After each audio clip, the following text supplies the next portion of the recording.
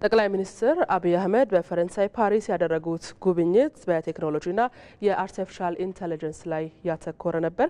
ከልኡካን ቡድናቸው ጋር በመሆን ስቴሽን ኤፍ የተባለውን በዓለም ትልቁን የግል ቴክኖሎጂ ስታርታፕ የቢዝነስ መፍጠሪያ ማዕከልን ጎብኝተዋል። የኢትዮጵያ ስታርታፕ ገና በጅምር ደረጃ ያለ ቢሆንም የቴክኖሎጂ እውቀት ባላቸው ወጣቶች የተሞላና በማደግ ላይ ባለ የዲጂታል ትስስር እየተመራ የሚገኝ ነው። መንግስት እንደ ዲጂታል ኢትዮጵያ 2025 ያሉ ስትራቴጂዎችን በመንደፍ ፈጠራን ለመደገፍ እርምጃዎችን በመውሰድ ላይ ይገኛል።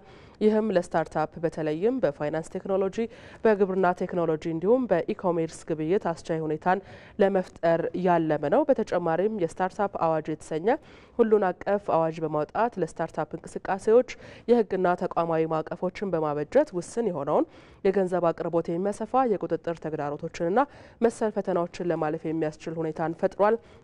ጠቅላይ ሚኒስትር አብይ አህመድ በጉብኝታቸው በ5Gና በ6G ቴክኖሎጂ፣ በሳይበር ደህንነት፣ በአርቲፊሻል ኢንተለጀንስና የኦፕቲካል ትስስር ማዕከል የሆነውን የኖኪያ ፈረንሳይ ዋና መስሪያ ቤትንም ጎብኝተዋል።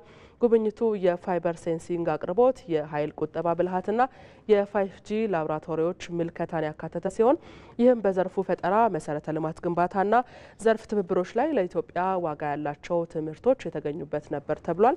በመጨረሻም ጠቅላይ ሚኒስትር አብይ አህመድ ፈረንሳይ የሚገኘውን ታሌ የምርምርና ቴክኖሎጂ ማዕከል ጎብኝተዋል።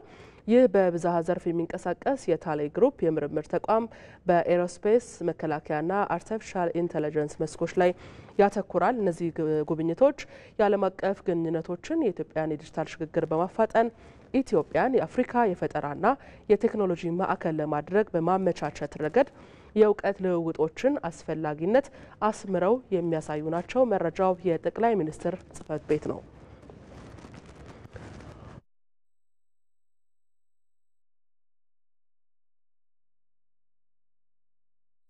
ጠቅላይ ሚኒስትር አብይ አህመድ በፈረንሳይ ፓሪስ ያደረጉትን ጉብኝት በተንቀሳቃሽ ምስል ተከታትለን እንመለስ።